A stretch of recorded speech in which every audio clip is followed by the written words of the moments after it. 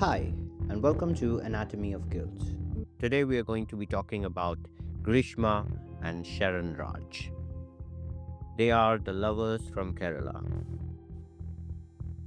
Kerala is a land of serene black waters, emerald green hills, and rich traditions, often also called God's own country. It is a state that seems to be straight out of a postcard, known for its vibrant culture, picturesque landscapes, and one of the highest literacy rates in India. Kerala paints a picture of tranquility, but beneath this beauty, something dark was brewing. In today's video, a story of love, betrayal, and ultimately a very tragic ending that will leave you questioning just how far someone can go when pushed to the edge. This story sadly ended in not just betrayal but also murder. Grishma and Sharon fell in love in October 2021. They had agreed to marry each other, but then Grishma's family had other plans for her. They had fixed her marriage to a Satish who was in the military, and the family found him to be suitable for their daughter. They got Satish and Grishma engaged in March 2022. In India, it is common for women or even men to not marry the ones that they actually love because of the pressure of their family, to marry into the house or family selected by their family and not them. So, this is called arranged marriage and it's very common in India. So, Grishma and Sharon's relationship was really affected by this and they broke up. Grishma revived the relationship with Sharon in May 2022, just 2 months after her engagement with Satish, the person selected by her family. Grishma assured Sharon that she would marry him and also suggested that they would elope together by November that year. Sharon believed in their love and Grishma made sure that he would. Sharon wasn't just a man in love. He was someone who believed in the purity of commitment, a young man with dreams, aspirations, and a heart full of hope. He saw a future with Grishma that was grounded in love and trust. Those who knew Sharon described him as warm and kind, someone who placed relationships above all else. His belief in their bond wasn't just naive, it was deeply rooted in unwavering trust in Grishma, a trust that would ultimately cost him his life. In an attempt to solidify their bond, they underwent a symbolic marriage ceremony at the JP house in Samadayapattu, Parasala. Sharon, full of hope and love, tied a ceremonial string around Grishma's neck, an act heavy with the weight of their promises. Their union didn't stop there. They visited the Vattakadu church when Sharon adorned Grishma's forehead with vermilion, sealing their bond in yet another sacred gesture. They took photographs capturing the moments that Sharon believed symbolized the start of their life together. Their relationship continued to unfold across different locations in the southern part of India. On July 13th, 2022, and again on July 18th, 2022, they traveled to the Golden Castle Inn in Thrippaparapu, Tamil Nadu.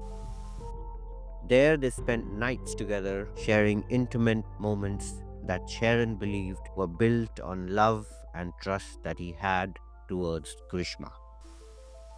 They moved on to Veli and then to Mekudu, where they visited Grishma's uncle's house. It was there that they clicked more photographs, preserving the illusion of a love story that Sharon believed would last forever. But the truth, it was something else entirely. Behind these moments of intimacy and promises was a carefully orchestrated deception, a web of lies spun by Grishma to keep Sharon in her grasp until she could find a way to cut herself free. The first attempt at murder.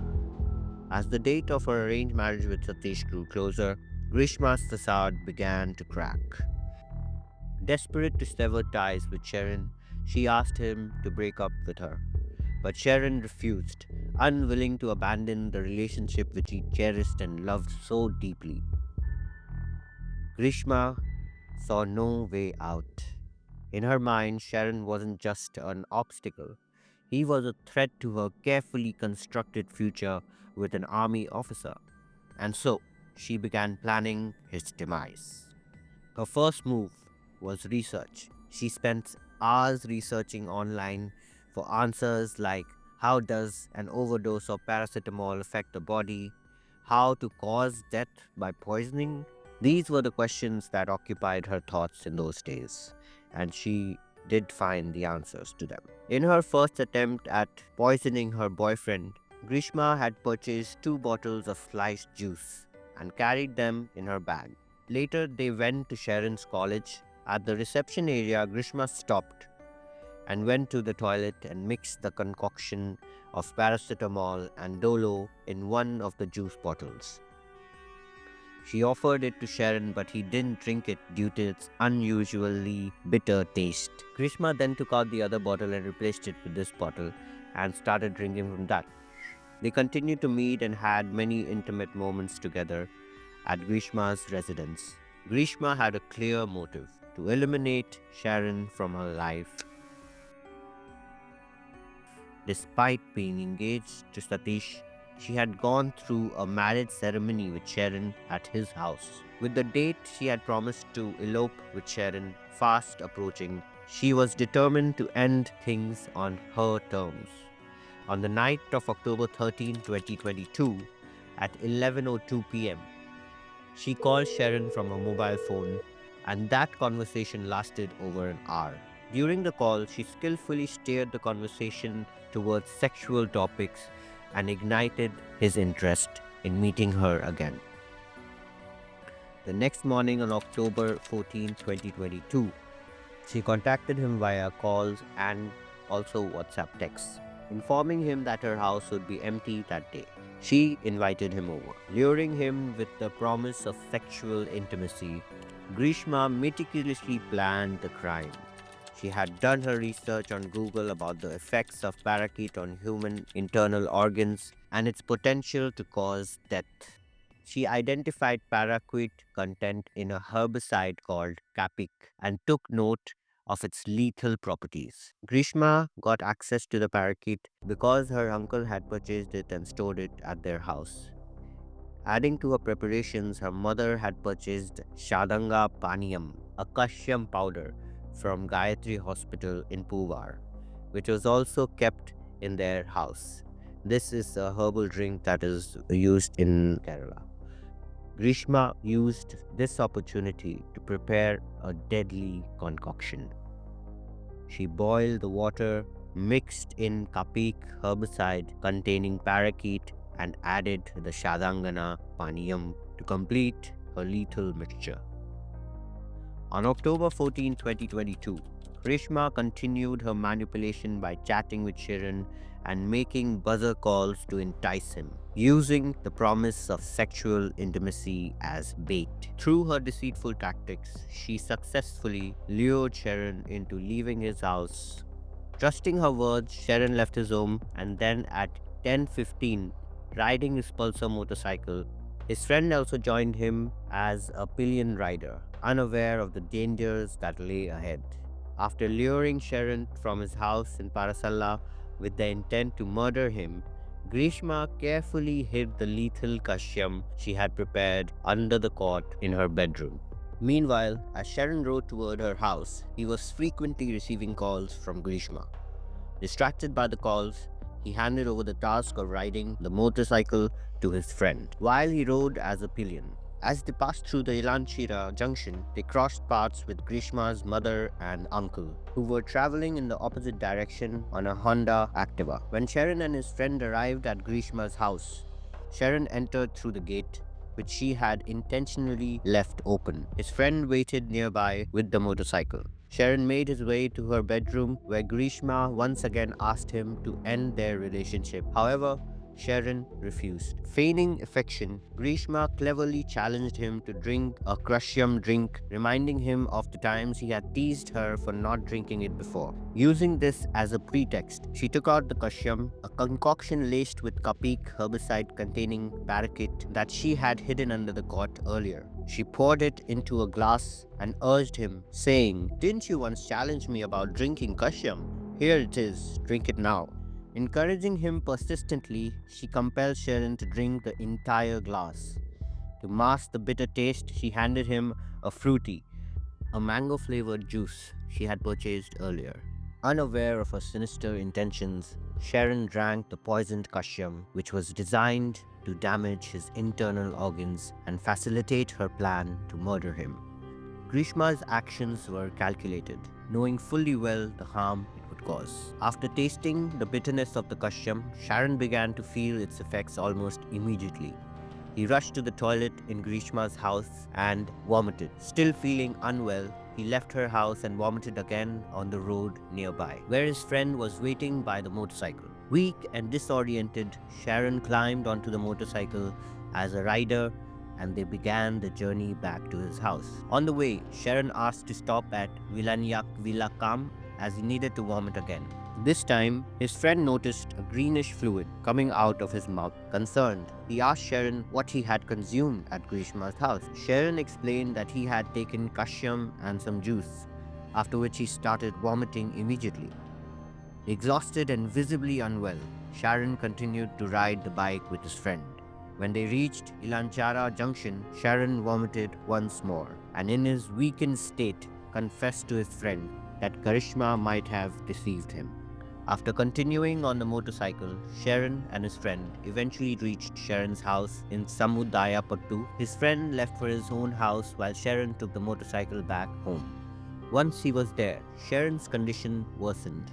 He experienced repeated vomiting and severe loose stools. Recognizing his deteriorating health, his family took him to the government hospital in Parasala on the evening of October 14, 2022. From there, Sharon was shifted to the Medical College Hospital in Thiruvananthapuram. After receiving initial treatment, he was taken to his mother's house in Valiyathura, near the medical college, at around 11:30 p.m. that night. Despite the care, Sharon spent the entire night spitting and struggling with his condition. The next day, October 15th, Sharon sought treatment at a clinic in Valakadavu. As his symptoms persisted, he was moved to the Fort Taluk Hospital in Thiruvananthapuram. On October 17th at 6 a.m., Sharon was admitted to a medical intensive unit. Doctors discovered that his kidney function had been paralyzed and directed him to undergo dialysis. Poison was detected in his body, raising urgent questions about its source. Sharon's brother, another friend, and his father contacted Greeshma, seeking answers about what Sharon had consumed at her house on October 14th. Greeshma misled them, claiming it was Kokilasham Kashyam, purchased from Putenkada medical store, supposedly prescribed by a doctor. She further stated that the label on the Kashyam bottle was torn and the bottle was washed and kept aside, concealing the truth about the poisonous concoction she had given Sharon. But Grishma wasn't acting alone in the aftermath of the crime. Her mother and uncle played key roles in ensuring her secret was safe. When the investigation started closing in, Grishma's uncle retrieved the paraquat bottle from where she had discarded it and hid it beneath a pineapple plant at a relative's property in Ramava Vanchira. This wasn't just an act of familial loyalty, it was a deliberate attempt to shield her from justice. Her mother, too, stood by, aware of the crime and complicit in its cover-up. These actions showed a shocking level of complicity and disregard for the gravity of Sharon's suffering. On October 22, 2022, at 5:30 a.m., Sharon's father visited him in the ICU. In his weakened state, Sharon broke down and revealed the truth. He admitted that him and Grishma had had a sacred ceremony, and Sharon recounted how Greeshma had persistently called and messaged him via WhatsApp on the night of October 13th and the morning of October 14th, urging him to visit her for sexual intimacy. He also confessed that she had challenged him to drink the kashyam at her house, which he had done, leading to his relentless vomiting and diarrhea. Tearfully, Sharon told his father he felt he was going to die. As his condition continued to deteriorate, the truth about Grishma's intentions became tragically clear. After Sharon's passing on 25th October 2022, his family informed the police about the revelations in the ICU, where he accused Grishma of giving him a suspicious kashyap. The post-mortem report confirmed parakeet poisoning, directly linking his symptoms to deliberate poisoning. Grishma's misleading statements to Sharon's family and the investigators about the Kashyam raised further doubts. Based on the overwhelming evidence, Grishma was formally arrested on October 31st, 2022. Her mother and uncle were also taken into custody for their involvement in tampering with evidence, such as hiding the parakeet bottle to mislead the police. Police confronted Grishma with the mounting evidence, and during the questioning, she reportedly admitted to mixing the poison into the kashyam and offering it to Sharon, solidifying her culpability in the crime. During her first proceeding in court, the charges were read out and explained to Grishma, to which she had pleaded not guilty. The prosecution cited a total of 142 witnesses, with 95 being examined in the court. The remaining witnesses were not called by the public prosecutor as there was already overwhelming evidence against Grishma. Following the closure of prosecution evidence, Grishma was confronted with incriminating circumstances under Section 313 of the CRPC, giving her an opportunity to explain. She denied the testimonies of the witnesses, dismissing them as false, and filed a written statement in her defense. In her statement, Grishma claimed that she and Sharon had been in a romantic relationship since 2021, with deep mutual affection. Despite this, her family pressured her into getting engaged to Satish on March 4th, 2022, a fact neither her family nor Sharon's family knew about. Grishma and Sharon had a physical relationship and, fearing familial opposition, planned to elope and marry secretly in November. She stated that she had informed Satish about her relationship with Sharon and he had accepted it, even offering to step aside without causing any trouble. Grishma also narrated that on October 13, 2022, Sharon informed her he wanted to meet her. Initially, he said he would only see her from the road he entered her house. Inside, Sharon became enraged upon seeing her engagement album with Satish lying on the bed. He also checked her mobile phone, found her call history with Satish, and lost control. Despite her explaining that Satish was aware of their relationship and supported their plans, Sharon became physically abusive in his anger. And later, seeing that she was distressed, Sharon consoled her. According to Grishma, while she was in the bathroom washing her face, Sharon drank the kashyam she had prepared and cooled for her mother without her knowledge. He then left her house. She claimed that after learning about Sharon's hospitalization, she sent him supportive messages to uplift his spirits. However, from October 18, 2022, she no longer received any responses from him. Grishma maintained that she had no malicious intent and denied any wrongdoing, framing the incident as a tragic misunderstanding. Now, as the trial progressed, the weight of the evidence against Grishma became undeniable. From her premeditated actions, such as researching the parakeet poisoning and preparing the lethal concoction, to the incriminating digital evidence of her messages and calls, the court pieced together a chilling narrative of betrayal and intent. Sharon's untimely death, caused by the parakeet laced kashyam administered by Grishma, left his family shattered. Despite her attempts to mislead the investigators and destroy evidence, forensic reports, witness testimonies, and her own digital footprint unraveled the real truth. On January 20th, 2025, the court delivered its verdict. Grishma was found guilty of multiple charges, including abduction and murder. She received a death penalty under Section 302 of the Indian Penal Code, alongside other sentences for related charges. Her co accused, her mother and uncle, were also convicted for their roles in tampering with evidence and aiding her cover up. The judgment is a solemn reminder of the irreversible consequences of deceit and greed. Sharon's story serves as a heartbreaking testament to the fragility of trust and the devastating impact of betrayal. While justice has been served, the pain of his loss remains a lingering wound for his loved ones. The court's decision to sentence Grishma to death wasn't made lightly. Usually in India, the death sentence is reserved for the rarest of the rare cases. Her actions reflected a level of premeditation and cruelty that could not be ignored by the court.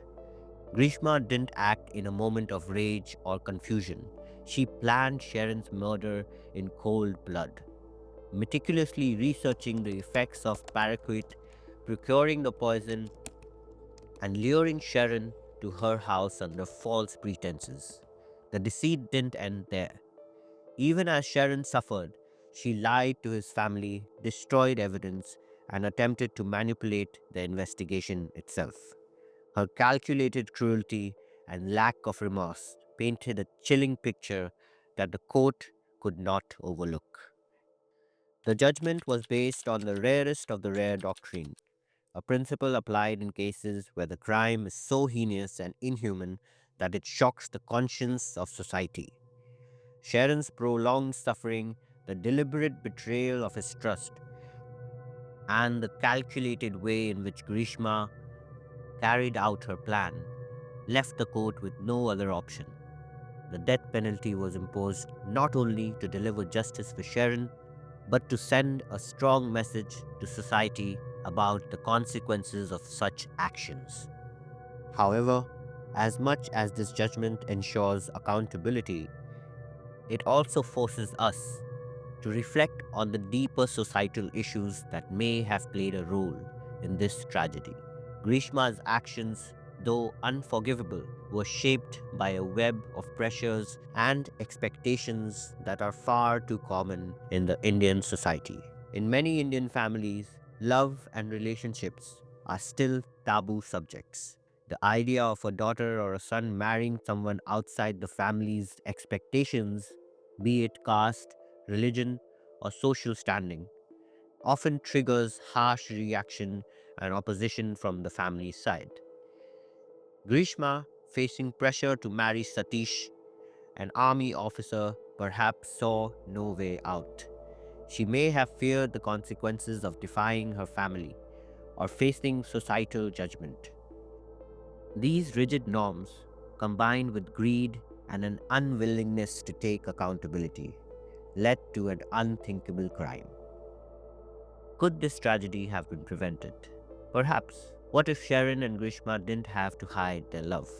What if Grishma's family had embraced her choice instead of forcing her into an engagement with Satish? These questions aren't just theoretical.